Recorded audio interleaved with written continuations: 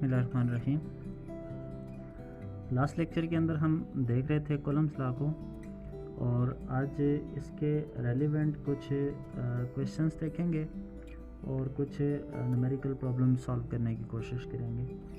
सबसे पहले जो लास्ट लेक्चर्स के अंदर हमने चीज़ें डिस्कस की थी उनको ज़रा रिवाइज़ कर लेते हैं, फिर हम आगे चलेंगे। सबसे फर्स्ट वन पॉइंट जो हमने लास्ट लेक्चर के अंदर देखा था वो था कॉलम्स लॉ, और कॉलम्स लॉ की स्टेटमेंट थी द फोर्स ऑफ अट्रैक्शन और repulsion between 2 point charges is directly proportional to the product of charges but inversely proportional to the square of the distance between them, and mathematically it can be written as F is equal to K Q1 Q2 divided by R square, where Q1 be the magnitude of first charge, Q2 be the magnitude of second charge, and R is the distance or separation between them. Mathematically, the column law can be written as F equal to K Q1 Q2 by R square. Last time हमने इसको equation 3 का नाम दिया था। आज के lecture में हम इसको इक्वेशन नंबर 1 का नाम दे देते हैं, और यहाँ पे K को जस्टिफाई करेंगे। K is a constant called Coulomb's constant, and mathematically it can be written as K is equal to 1 by 4 pi epsilon naught। यहाँ पे एप्सिलॉन r मैंने राइट नहीं किया, इट मीन्स एप्सिलॉन r की value यहाँ पे 1 है। तो ये वैल्यू जो है, ये वैल्यू K की वैक्यूम के अंदर होती है, लिहाजा आपके पास K इक्वल to 1 by 4 pi epsilon naught ये वैल्यू वैक्यूम के अंदर है। इन वैक्यूम जबकि मीडियम के अंदर राइट करें तो K is equal to 1 by 4 pi epsilon naught epsilon R। Epsilon R यहाँ पे राइट करना पड़ता है। यहाँ पे मैं लिख देता हूँ इन मीडियम के अंदर K की ये वैल्यू होती है। इस तरह आपके पास जो इक्वेशन 1 है इसकी दो फॉर्म्स बनती हैं। वैक्यूम के अंदर जब राइट करेंगे तो आपके पास बन जाएगा F is equal to K की जगह वैल्यू सब्स्टिट्यूट कर दें 1 by 4 pi epsilon naught Q1 Q2 divided by R square. इसको इक्वेशन आज के लेक्चर में इक्वेशन नंबर 2 कह देते हैं, और इसी तरह से K की वैल्यू अगेन सब्स्टिट्यूट कर दें इक्वेशन नंबर 1 में। F is equal to 1 by 4 pi epsilon naught epsilon R Q1 Q2 divided by R square. इसको इक्वेशन नंबर 3 कह देते हैं। 3 इक्वेशंस हमारे पास बन गई, चूँकि ये वो फोर्स है जो मीडियम के केस में है और ये वैक्यूम के केस में है। इसकी नोटेशन थोड़ी सी चेंज करेंगे, यहाँ पे हम प्राइम लगा देंगे तो F प्राइम इंडिकेट करता है force between 2 charges in case of medium. तो यहाँ से हम इसको थोड़ा सा और प्रोसीड कर देते हैं। F prime is equal to 1 by epsilon R को कॉमन ले लें। 1 बाई एप्सिलॉन R यहाँ से हमने कॉमन ले लिया, बाकी सारे फैक्टर को ब्रैकेट के अंदर राइट कर देंगे। 1 by 4 pi epsilon naught Q1 Q2 divided by R square. ये आपने बाकी सारा फैक्टर ब्रैकेट के अंदर राइट कर दिया। अब अगर देखें तो ब्रैकेट के अंदर मौजूद सारा फैक्टर जो है ये आपके पास सिंपली F के इक्वल है, लिहाजा इस सारे फैक्टर के बजाय आप F राइट कर सकते हैं। तो यहाँ पे आ जाएगा F prime is equal to 1 by epsilon R into F। ठीक है, यहाँ से एप्सिलॉन R को सेपरेट करेंगे, एप्सिलॉन R इधर चला गया, F प्राइम इस साइड पे ला के डिवाइड कर देंगे, यह आ जाएगा F divided by F prime. इसको कह रहे थे इक्वेशन नंबर 4। ये आपके पास 4th वन इक्वेशन आ गई। लास्ट टाइम हमने यही रिलेशन डेवलप किया था। इक्वेशन 2 और 3 को यूज़ करते हुए हमने इक्वेशन 2 को इक्वेशन 3 पे डिवाइड किया था, कुछ फैक्टर्स कैंसिल हो गए थे और आपके पास एप्सिलॉन आर की वैल्यू निकल आई थी, epsilon R equal to F by F prime. और यहाँ से हमने इसको डिफाइन किया था कि the ratio of force between two charges when they are separated in vacuum to the force between two charges when they are separated by some medium called relative permittivity, and as it is the ratio between two same quantities that's why it have no unit। ठीक है, चूँकि ये दो same quantities के दरमियान ratio है इसलिए इसकी कोई भी यूनिट नहीं होती। ठीक है, अब आपके पास ये दो इक्वेशन जो हैं ये इम्पॉर्टेंट है, इनको मैं बॉक्स में डाल देता हूँ। एक आपके पास है इक्वेशन नंबर 1, इसको मैं बॉक्स में डाल देता हूँ, और एक आपके पास इक्वेशन नंबर 4, इसको मैं बॉक्स में डाल देता हूँ।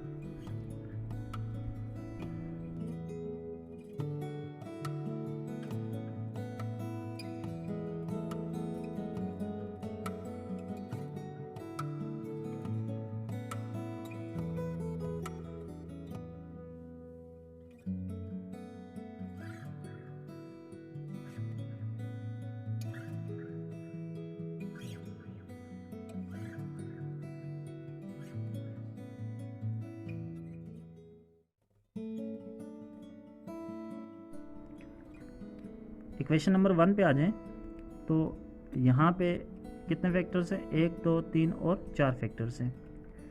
तो अगर 3 फैक्टर्स की वैल्यू आपको गिवन हो और एक फैक्टर अननोन हो तो आप अननोन फैक्टर की वैल्यू यहाँ से फाइंड आउट कर सकते हैं। For example let's say Q1 की वैल्यू गिवन है, Q2 की वैल्यू गिवन है और R की वैल्यू गिवन है। तो K की वैल्यू हम जानते हैं 9 × 10 पावर 9। जस्ट हम ये सारी वैल्यूज यहाँ पे सब्स्टिट्यूट करेंगे तो यहाँ से हम f की वैल्यू को फाइंड आउट कर लेंगे।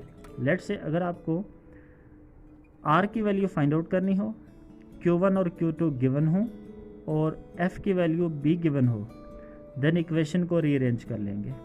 r को उठा के इस तरफ ले आएंगे और f को उठा के इस तरफ ले जाएंगे और देन इक्वेशन के अंदर वैल्यूज़ को पुट करते हुए हम इसको कैलकुलेट कर लेंगे। आपके पास r की वैल्यू भी मिल जाएगी। जस्ट इक्वेशन को रीअरेंज करना है और जो चीज़ अननोन होगी उसको हमने यहाँ से फाइंड आउट कर लेना है। एक तो इसके रेलिवेंट अगर कोई क्वेश्चन आता है तो हम इसको इस मेथड से सॉल्व करेंगे। अब दूसरा जो आपके पास इक्वेशन है वो है रिलेटिव परमिटिविटी की। ठीक है, लेट्स से इसके रेलिवेंट मैं एक क्वेश्चन राइट कर लेता हूँ, देन इसको सॉल्व करने की कोशिश करते हैं। स्टेटमेंट है the force between two charges is 10 newton when they are separated in vacuum. Find the force between them when they are separated by medium glass. Epsilon R is equal to 5।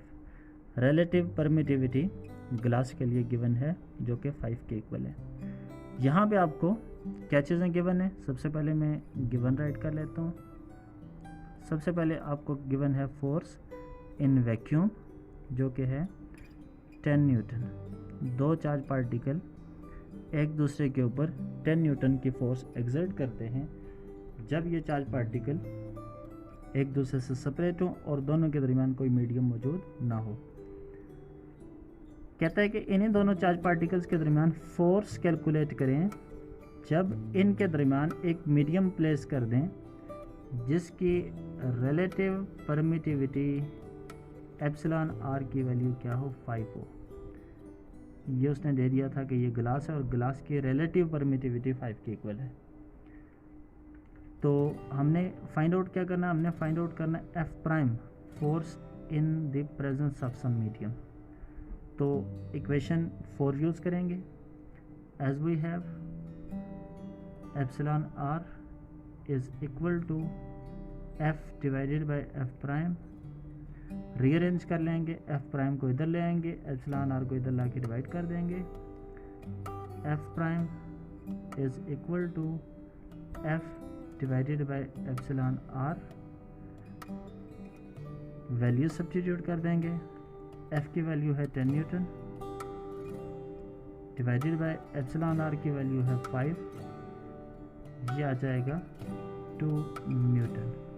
It means कि दो charge particle जो एक दूसरे से separated हों, दरमियान में कोई भी मीडियम ना हो, तो उस वक्त अगर वो एक दूसरे पे 10 न्यूटन की फोर्स एक्सर्ट करते हैं, जब उनके दरमियान कोई मीडियम प्लेस कर दें, लेट से ग्लास है जिसकी रिलेटिव परमिटिविटी 5 है, तो इस केस में फोर्स डिक्रीज़ कर जाएगी और फोर्स डिक्रीज़ करके जो नई फोर्स बनेगी वो 2 न्यूटन के इक्वल रह जाएगी। इसका मतलब ये हुआ कि जब भी कोई मीडियम प्लेस करें, मीडियम के प्लेस करने से हमेशा फोर्स डिक्रीज़ करती है।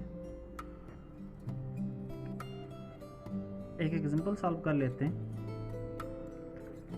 बुक पे मौजूद है, बुक पे सॉल्व भी है। देखेंगे इसकी स्टेटमेंट है, charges Q1 100 microcoulomb and Q2 50 microcoulomb are located in XY plane at position R1 is equal to 3.0 J and R2 is equal to 4.0 I respectively, where the distances are measured in meters. Calculate the force on Q2. Understand कर लेते हैं क्या कहता है। कहता है कि दो चार्जेस हैं, एक चार्ज की मैग्नीट्यूड है 100 माइक्रोकूलम। मैं साथ साथ राइट कर लेता हूँ। सबसे पहली इंफॉर्मेशन जो हमें गिवन है वो है Q1 100 माइक्रोकूलम। माइक्रो को चेंज कर लेंगे, 100 cross 10 power -6 coulomb, because micro is equal to 10 power -6। Okay, second information है Q2 50 माइक्रोकूलम। ये दो चार्जेस हैं, Q2 is equal to 50 microcoulomb.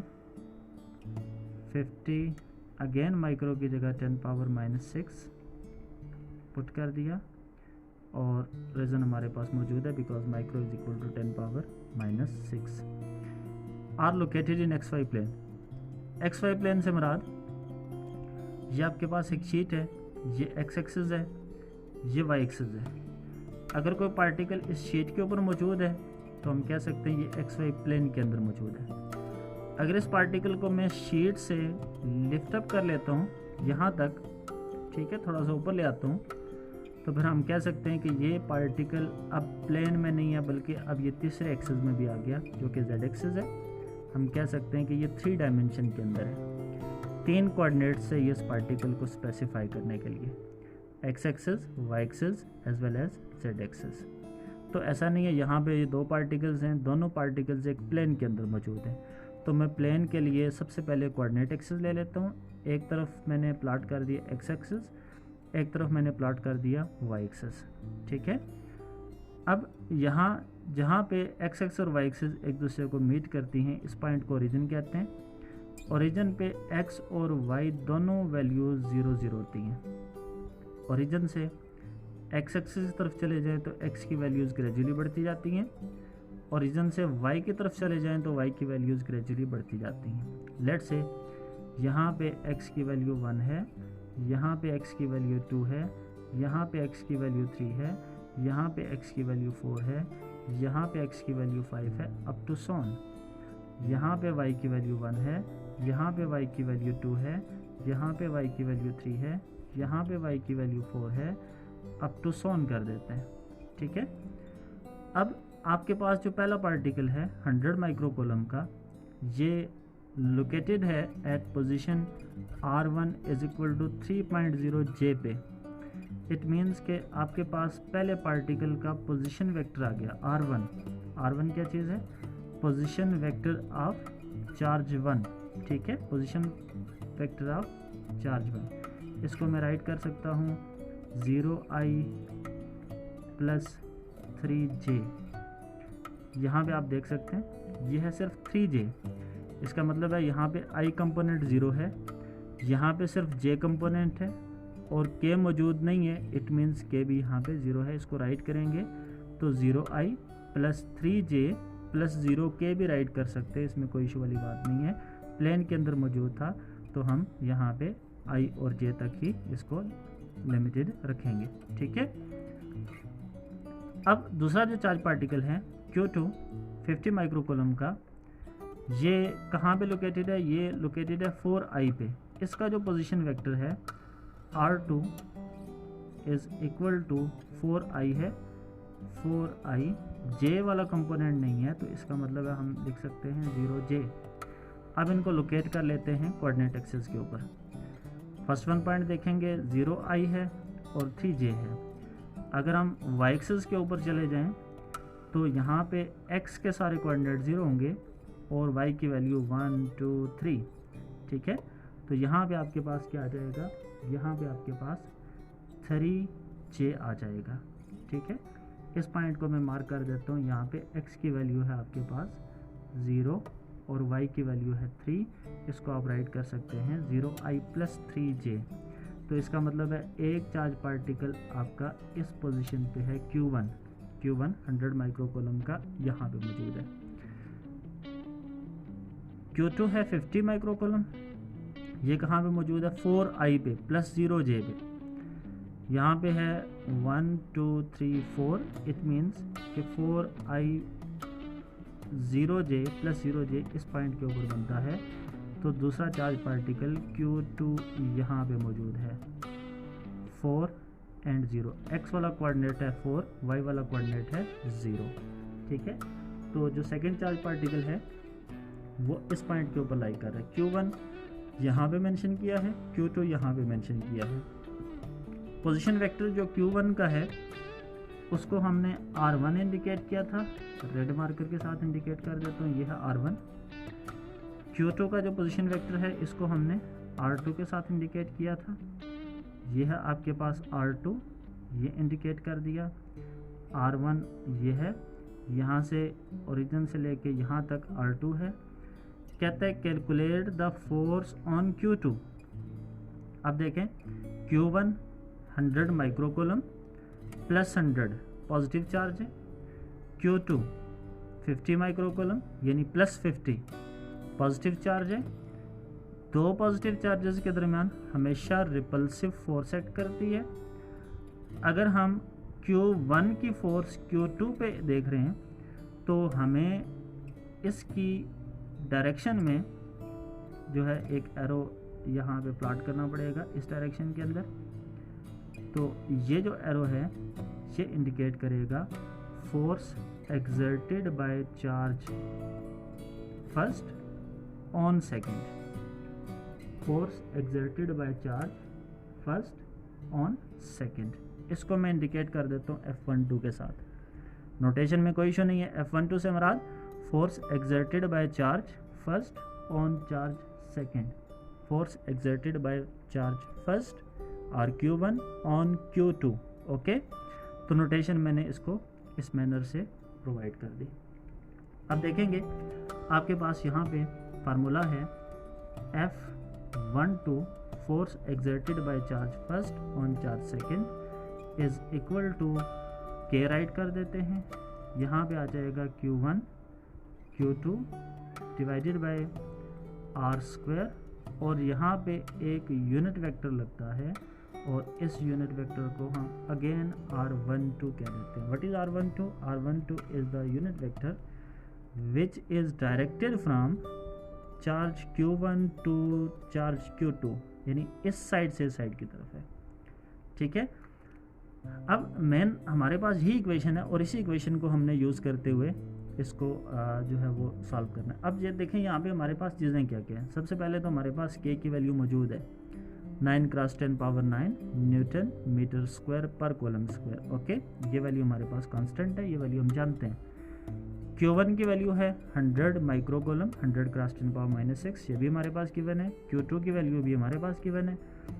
R की वैल्यू हमारे पास नहीं है या यूनिट वेक्टर की वैल्यू हमारे पास नहीं है। हमारा टारगेट ये है कि हमने R12 को कैलकुलेट करना है और R स्क्वायर को फाइंड आउट करना है। देन इस इक्वेशन में हम इस वैल्यू को सब्स्टिट्यूट करेंगे, हमारे पास इसका आंसर आ जाएगा। ठीक है, तो सबसे पहले मैं इसको कह देता हूँ इक्वेशन ए कह देता हूँ, और हमने सबसे पहले r12 यूनिट वेक्टर को फाइंड आउट करना है और फिर r² को फाइंड आउट करना है। ठीक है, तो अब ज़रा देखेंगे वो वेक्टर जो Q1 से Q2 की तरफ है, इसको हम क्या देते हैं, ये है vector r12, not unit vector, ये वेक्टर है।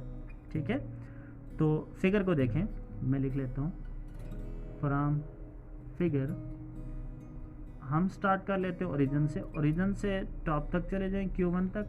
ये कौन सा वेक्टर है, ये है R1, ये है R1 वेक्टर फॉर्म के अंदर लिखा, प्लस देखें इसकी हेड से दूसरा वेक्टर कनेक्टेड है, यहाँ से लेके यहाँ तक पहुँचे, ये वेक्टर कौन सा है R12, प्लस कर दिया R12, सेकंड वेक्टर ऐड हुआ।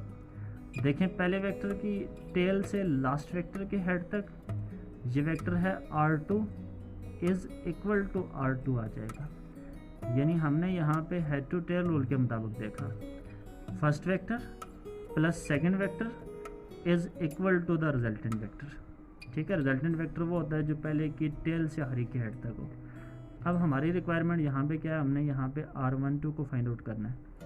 R12 को यहीं पे रहने दें, R12 vector as it is है is equal to R2 vector, R2 as it is है। R1 को यहाँ से उठा के इस साइड पे ले आएंगे, यह आ जाएगा माइनस R1, R1 इस तरफ प्लस हो रहा था, उस तरफ ले जाएंगे तो माइनस हो जाएगा।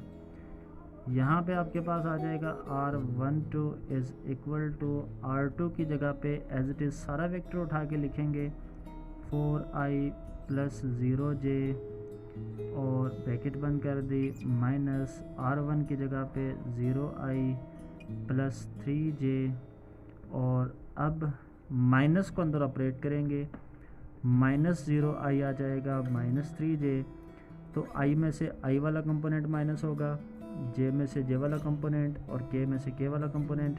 k तो यहाँ पे है ही नहीं, i और j में से i में से i वाला कंपोनेंट, j में से j वाला कंपोनेंट माइनस करेंगे, 4i माइनस 0i, यह आ जाएगा 4i, और 0j minus 3j, minus plus minus. ठीक है, तो ये आपके पास क्या आ जाएगा, ये आ जाएगा माइनस 3j आ जाएगा। तो ये आ गया आपके पास R12 वेक्टर। अब हमें यहाँ पे चाहिए R12 unit vector. As we know that R12 unit vector is equal to vector by its magnitude. ये वेक्टर कौन सा है, वही R12 है, मैग्नीट्यूड कौन सी, वही R12 की। अब वेक्टर कौन सा है, वेक्टर है 4i minus 3j, as it is write किया, और मैग्नीट्यूड निकालने का तरीका प्रीवियस क्लास में आप जानते हैं, रूट के साथ निकालते हैं, रूट ऑफ x कंपोनेंट का स्क्वायर यानी 4 का स्क्वायर आ जाएगा 16, और प्लस y कंपोनेंट का स्क्वायर, y यहाँ पे माइनस 3, माइनस का स्क्वायर प्लस 3 का स्क्वायर 9, ये आ जाएगा 4i minus 3j divided by 25 का रूट जो कि 5 के इक्वल आ जाएगा। यही इनफैक्ट R12 ये R ही है, डिस्टेंस ही है, जो कि हमने यहाँ पे भी पुट करना है। अब सारी वैल्यूज़ को उठा के इक्वेशन 1 में पुट कर देते हैं, सॉरी इक्वेशन ए में पुट कर देते हैं। आपके पास आ जाएगा F12, सॉरी यहाँ पे यूनिट वेक्टर है तो इसके ऊपर वेक्टर का साइन भी पड़ेगा। F12 vector is equal to k की वैल्यू 9 क्रॉस 10 पावर 9, और Q1 100 माइक्रो कॉलम है, 100 क्रॉस 10 पावर -6, और 50 क्रॉस 10 पावर -6, के Q1 Q2 हो गया, और डिवाइडेड बाय क्या है, divided by R square, R यहाँ पे है 5 का स्क्वायर, हमने ये कैलकुलेट किया, ये बल्कि R है, और R की मैग्नीट्यूड, सॉरी यहाँ पे एक चीज़ मैंने मिस्टेक की कि ये R12 यूनिट वेक्टर है, मैग्नीट्यूड नहीं है। मैग्नीट्यूड आपके पास सिर्फ ये वाली चीज़ है, यानी R मैग्नीट्यूड है यहाँ पे 5 के इक्वल। ओके, ये बात क्लियर होगी। तो यहाँ पे आगे यूनिट वेक्टर राइट करना है R12 जो कि है 4i minus 3j divided by 5। Okay, आपके पास ये सारा फैक्टर बन गया। अब इस फैक्टर में आप ये सारी कैलकुलेशन करेंगे। कैलकुलेटर पे इस सारे फैक्टर को 9 cross 10 power 9 multiply by 100 cross 10 power -6 multiply by 50 cross 10 power -6 divided by 5 square, तो ये है एक 5 इस साइड पे आ जाएगा, यानी 5 क्यूब मौजूद है डिनोमिनेटर में। ये आप डिवाइड कर देंगे 125 के साथ, तो डिवाइड करने से जो आपके पास आंसर आएगा वो बनेगा 0.36 इनटू ये ब्रैकेट वाली चीज़ एज इट इज़ लिखेंगे 4i - 3j, और जब आप इसको मल्टीप्लाई कराएंगे 0.36 को 4 के साथ मल्टीप्लाई कराएंगे 1.44i प्लस माइनस 1.08 j आ जाएगा। तो ये आपके पास फोर्स वेक्टर फॉर्म के अंदर आ गई। चाहें तो इसकी मैग्नीट्यूड भी कैलकुलेट कर सकते हैं, और मैग्नीट्यूड कैलकुलेट करेंगे तो उसको फिर आप ये किस यूनिट के अंदर राइट करेंगे, सिंपली न्यूटन के अंदर राइट करेंगे। ये आपके पास वेक्टर फॉर्म के अंदर फोर्स मौजूद है, इसके बाहर आप राइट कर सकते हैं Newton. As a whole unit आप क्या राइट करेंगे, न्यूटन राइट करेंगे। तो ये वेक्टर नोटेशन के अंदर है। लेट्स से हम इसकी मैग्नीट्यूड कैलकुलेट कर लेते हैं, यहीं पे कैलकुलेट कर लेता हूँ। F12 वेक्टर की मैग्नीट्यूड इज़ इक्वल टू, जानते हैं formula, root of x component का स्क्वायर प्लस y कंपोनेंट का स्क्वायर, यानी आपके पास आ जाएगा 1.44 का whole square plus y component है -1.08 का होल स्क्वायर। तो सारे फैक्टर को सॉल्व कर लें, ये आपके पास जो वैल्यू बनेगी ये बन जाएगी 1.8 न्यूटन के इक्वल। अब ये जो वैल्यू आपके पास बनी, ये फोर्स की आपके पास, ये आपके पास फोर्स की क्या चीज़ है, ये है मैग्नीट्यूड। ओके, लास्ट पॉइंट है इसका कि फोर्स कितना एंगल बनाती है पॉजिटिव एक्स एक्सिस के साथ। तो जो कि आपके पास फोर्स वेक्टर फॉर्म के अंदर मौजूद है, F12 अगेन लिख लेता हूँ, ये है 1.44i - 1.08 j। वेक्टर नोटेशन के अंदर मैंने फोर्स को राइट किया। तो ये फोर्स चूँकि वेक्टर है, तो वेक्टर की डायरेक्शन को स्पेसिफाई करने के लिए हम यहाँ पे एंगल को कैलकुलेट करेंगे। तो ये फोर्स कितना एंगल बना रही है, एंगल को कैलकुलेट करने के लिए हम यहाँ पे इक्वेशन लगाएंगे, theta is equal to tan inverse of y component by x component, यानी फोर्स का y कंपोनेंट बाय फोर्स का x component. Theta is equal to tan inverse of y component है -1.08 डिवाइडेड बाय 1.44। इस सारे factor को solve करेंगे तो theta is equal to आ जाएगा -36.9 डिग्री, इसको अप्रोक्सीमेटली राउंड ऑफ करके 37 डिग्री -37 डिग्री राइट कर लेंगे। अब माइनस साइन किस चीज़ को इंडिकेट करता है, अगेन अगर हम फिगर पे आ जाएं तो यहाँ पे देखेंगे कि अगर आप काउंटर क्लॉकवाइज चलें इस डायरेक्शन के अंदर काउंटर क्लॉकवाइज, तो एंगल हमेशा पॉजिटिव लिया जाता है। अगर आप क्लॉकवाइज डायरेक्शन के अंदर चलें, जिस साइड पे घड़ी चलती है, तो एंगल हमेशा नेगेटिव लेते हैं। तो एंगल कितना आया, -37 degree centigrade, sorry -37 degree. It means कि यहाँ से यहाँ तक का एंगल ये है -37 डिग्री। एक्स एक्सिस से कहाँ पे चलना है, क्लॉकवाइज डायरेक्शन के अंदर 37 डिग्री चलना है। अगर आप टोटल एंगल देखना चाहते हैं कि टोटल एंगल कितना बनेगा, तो उसके लिए आप यहाँ से चल सकते हैं, यहाँ से टोटल चले जाएं कहाँ तक, 360 तक चले जाएं कंप्लीट रोटेशन। 360 में से 37 डिग्री को माइनस करें, आपके पास नेट आंसर भी आ जाएगा कि ये पॉजिटिव एक्स एक्सिस के साथ कितना एंगल बना रही है। तो ये आपके पास एग्जांपल थी 12.1, इसको हमने इन ट्रिक्स के साथ सॉल्व किया। इस तरह के जितने भी क्वेश्चंस होंगे उनके लिए हम यही कंसेप्ट यूज़ करेंगे और इसी तरह के ट्रिक्स यूज़ करते हुए हम इन क्वेश्चंस को सॉल्व करेंगे। लास्ट पे आपके लिए 2 प्रॉब्लम्स हैं असाइनमेंट के तौर पे। मैं स्टेटमेंट पढ़ लेता हूँ और क्वेश्चंस आपके लिए, आप इनको सॉल्व कीजिएगा। फर्स्ट वन है, the force of repulsion between 2 identical charge particle is 8 Newton when they are separated by a distance of 10 centimeter. Okay, find the magnitude of each charges. कहता है 2 आइडेंटिकल चार्ज पार्टिकल्स हैं और उनके दरमियान जो repulsive force है वो 8 Newton है, जबकि दोनों के दरमियान डिस्टेंस है 10 सेंटीमीटर। 10 सेंटीमीटर को मीटर्स में कन्वर्ट कर लीजिएगा। तो कहता है कि find the magnitude of each charges का मतलब है आपको यहाँ पे F की वैल्यू गिवन है, R की वैल्यू B गिवन है कि आप जानते हैं Q1 और Q2 को Q रखना है, यानी Q multiply by Q square कर लेना है, बाद में रूट लेके आपके पास Q की वैल्यू निकल आएगी।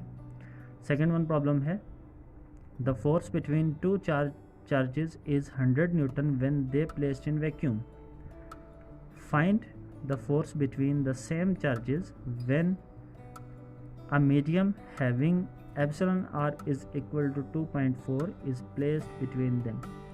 2 चार्जेस के दरमियान जो फोर्स है ये 100 न्यूटन की है जब दोनों को वैक्यूम से सेपरेट करें। ठीक है, कहते हैं इन्हीं दोनों चार्जेस के दरमियान अगर कोई मीडियम रखते हैं जिसकी जो रिलेटिव परमिटिविटी वो 2.4 है, तो कहता है कि अब इनके दरमियान जो फोर्स है वो कैलकुलेट करें। तो सेम प्रॉब्लम हमने टॉपिक के अंदर सॉल्व भी किया था, हिंट भी मैंने लिख दिया है, उम्मीद आप इसको सॉल्व कर लेंगे। मज़ीद अगर कोई क्वेश्चन इसके रेलिवेंट पूछना हुआ तो मेरे व्हाट्सएप के थ्रू आप पूछ सकते हैं, या आप टेलीग्राम के थ्रू पूछ सकते हैं, या आप स्काइप के थ्रू पूछ सकते हैं। ठीक है।